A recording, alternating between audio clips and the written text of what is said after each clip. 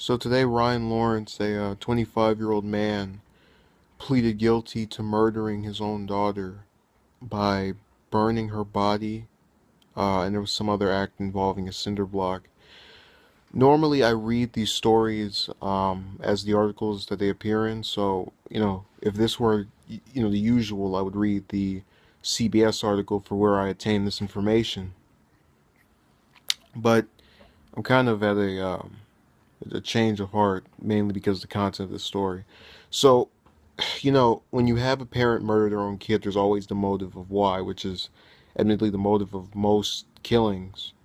And one possible motive, apparently, is that his daughter, who battled and beat cancer, made him jealous. The amount of attention she received just drove him to this point of wanting her dead. And, it's so hard for me to think about this story and not think the guy has some type of mental issue.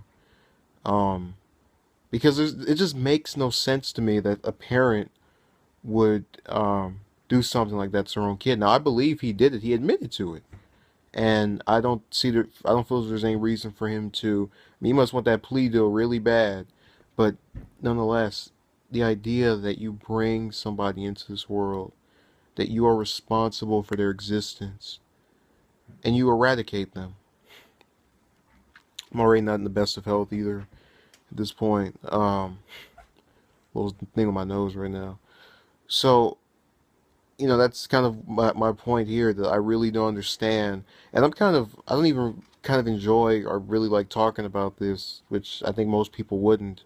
But I felt the need to speak on it because you have to bring attention to the issue of child abuse.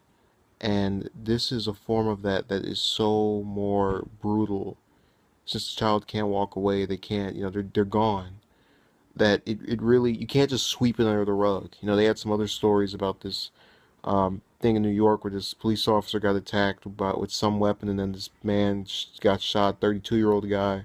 All of that was there, but I had to do this story, or at least speak on it over that, if I'm only going to do one story today, which is probably how it's looking right now, because I couldn't fathom, you know, it makes no sense to me. And it's so frustrating to talk about it because you almost, you get this thing of, if that were my kid, I'd do differently. And that's kind of how I feel.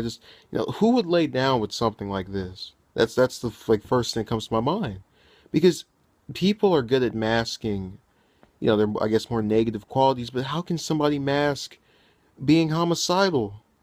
Now, maybe he wasn't that way the year and a half ago that, this little girl was being conceived, but I can't see it. There needs to be some kind of explanation as to what the mother saw in this guy. I don't get it. And that's no indictment on her necessarily, or the child who, just had a horrible father, as we see from today's confession on his part. And I can't, I don't get it. I really don't. It makes no sense to me. I wish that there was some way to just undo this story. Like, it's the one story I read today that just makes me want to take a wand and just completely erase it. But you can't, because, life doesn't work that way. And because I know this, I try to treasure life and not, blow it away on something ridiculous like he did with, being all upset about her receiving attention.